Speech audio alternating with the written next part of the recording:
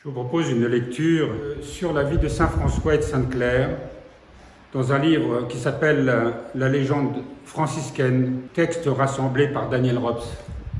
Dans l'esprit, avant de commencer, parce qu'aujourd'hui nous sommes le 11, le jour de la fête de la Sainte Claire, mais c'est aussi la Sainte Tugdual, ne l'oublions pas. Et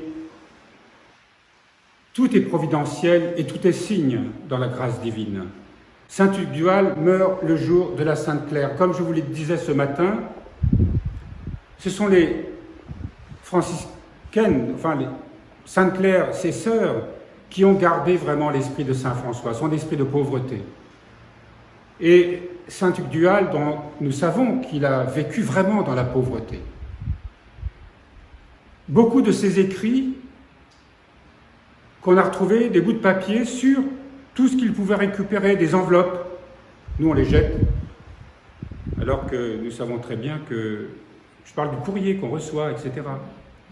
La publicité, par exemple. Saint Tugdual coupait ça, retournait l'enveloppe et se servait de ça pour écrire, par esprit d'économie, par esprit de pauvreté. Et on dirait aujourd'hui, par souci d'écologie. Saint Tugdual est né au ciel le 11 août, jour de la Sainte Claire, et pour nous cela signifie qu'il était dans cet esprit, dans cette spiritualité franciscaine. Et c'est pour ça que quelques années plus tard, Monsieur Maël a vraiment été appelé par saint François, et vous connaissez l'histoire, appelé par saint François afin que nous soyons ses héritiers, son esprit, que nous puissions recevoir aussi son esprit. Nous ne sommes pas les uniques, les seuls au monde, mais ici. Et le fait que l'esprit de saint Tugdual, né au ciel le jour de la Sainte Claire, s'unisse à travers Monsieur Maël, l'esprit aussi de saint François. L'esprit de saint François, l'esprit de saint Tugdual, l'esprit de sainte Claire sont pour nous une seule et même chose. Et nous devons prendre conscience que chaque fois que nous lisons un texte de saint Tugdual, c'est aussi dans l'esprit de saint François et de sainte Claire. Fragment écrit par saint François de la règle des sœurs de sainte Claire.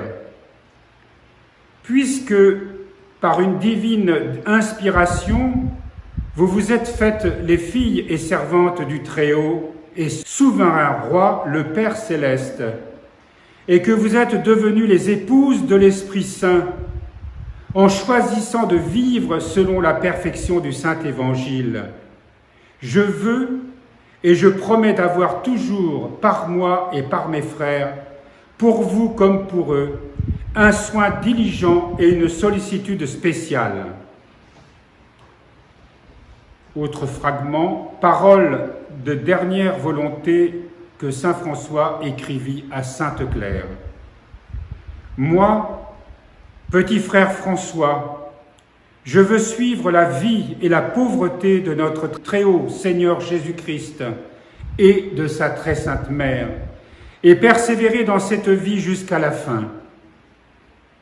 Et je vous demande, mesdames, ça s'écrit en deux mots, et je vous conseille de vivre toujours dans cette très sainte vie et dans cette pauvreté.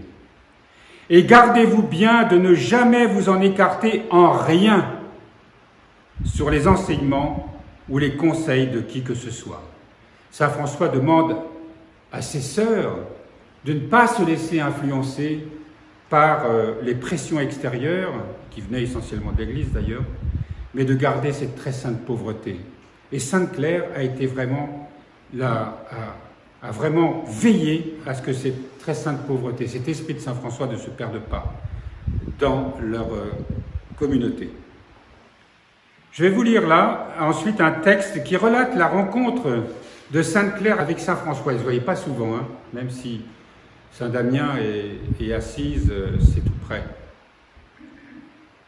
François, serviteur de Dieu très haut, consolait souvent la bienheureuse Claire par ses saintes exhortations, et elle demandait au bienheureux Père de lui faire cette joie de prendre une fois au moins son repas avec elle. Mais le bienheureux François s'y refusait toujours. Mais il arriva que les compagnons du Saint-Père connurent ce désir de Sainte-Claire et dirent au bienheureux François, « Père, il nous semble qu'elle n'est pas conforme à la divine volonté, cette rigueur avec laquelle tu refuses d'exaucer Sainte-Claire, Vierge si sainte et si aimée de Dieu, puisque surtout c'est à ta prédication qu'elle a abandonné les pompes du siècle. Pourquoi ne point lui permettre de prendre une fois son repas avec toi, alors que, si elle te demandait avec tant d'instance une faveur encore plus grande, tu devrais l'accorder à ta petite plante. » Saint François leur répondit, « Il vous semble donc que je doive exaucer son désir ?»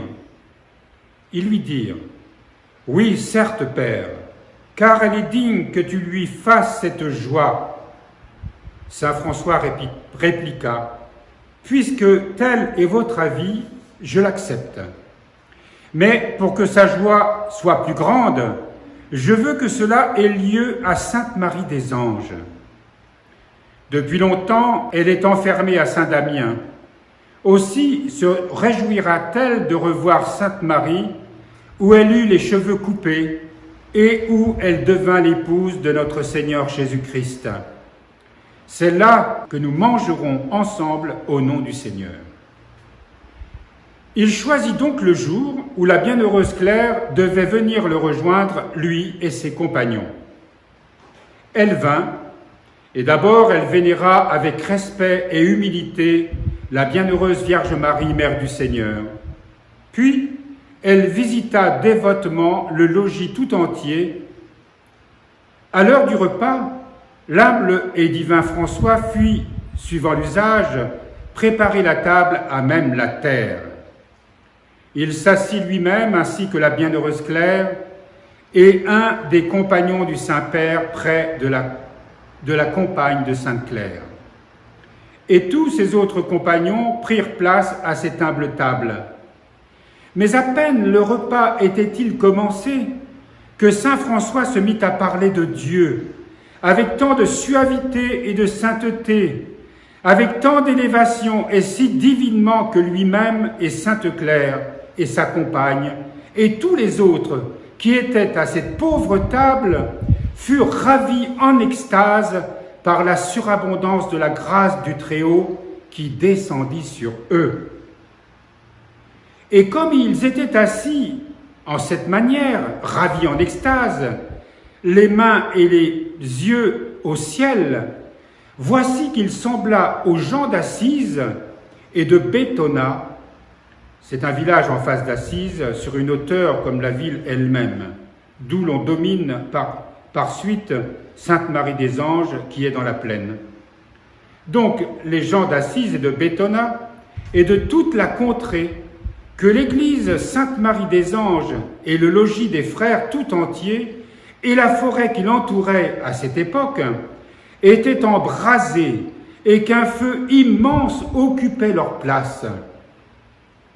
Les hommes d'Assise accoururent donc en grande hâte pour essayer de sauver le logis, car ils croyaient fermement que tout brûlait. Mais quand ils arrivèrent au logis des frères, ils virent que rien absolument n'y avait été endommagé. Ils y entrèrent et trouvèrent le bienheureux François et sainte Claire et tous leurs compagnons ravis dans le Seigneur, assis tous à cette très humble table, mais revêtus de la vertu d'en haut. Ils acquirent alors la certitude que ce feu était un feu divin, qui consumait ces saints et ces saintes des abondantes consolations du divin amour. Aussi se retournèrent-ils chez eux, grandement édifiés et rassurés. Quant au bienheureux François et à sainte Claire et aux autres, ils se trouvèrent fortifiés dans leur âme par une si abondante consolation divine qu'à la nourriture corporelle, ils ne touchèrent que peu ou point. Après quoi, sainte Claire retourna à Saint-Damien. Les sœurs, en la revoyant, se réjouirent vivement, car elles avaient redouté que saint François ne l'envoyât diriger un autre monastère, ainsi qu'il avait déjà envoyé à Florence sa sœur Agnès comme abbesse. D'ailleurs, il avait dit une fois à sainte Claire elle-même, « Prépare-toi à aller, s'il le faut, où je t'enverrai. » Et en vraie fille de l'obéissance, elle avait répondu, « Père, je suis prête à aller où il te plaira. » Et sainte Claire resta très consolée dans le Seigneur. J'ai choisi ce passage parce qu'encore une fois, il est question de lumière. Il est question de manifestation de la grâce divine, comme saint Tugdual ici. Encore un trait qui relie saint Tugdual à saint François et à sainte Claire. À travers cet épisode, il y a là une manifestation de la lumière incréée, de la lumière divine. Ça nous rappelle l'épisode aussi de saint Séraphin de Sarov avec son disciple, Motovilov. Et dans la vie des saints, il y a de nombreux exemples de cette manifestation. Alors, ça nous invite à revisiter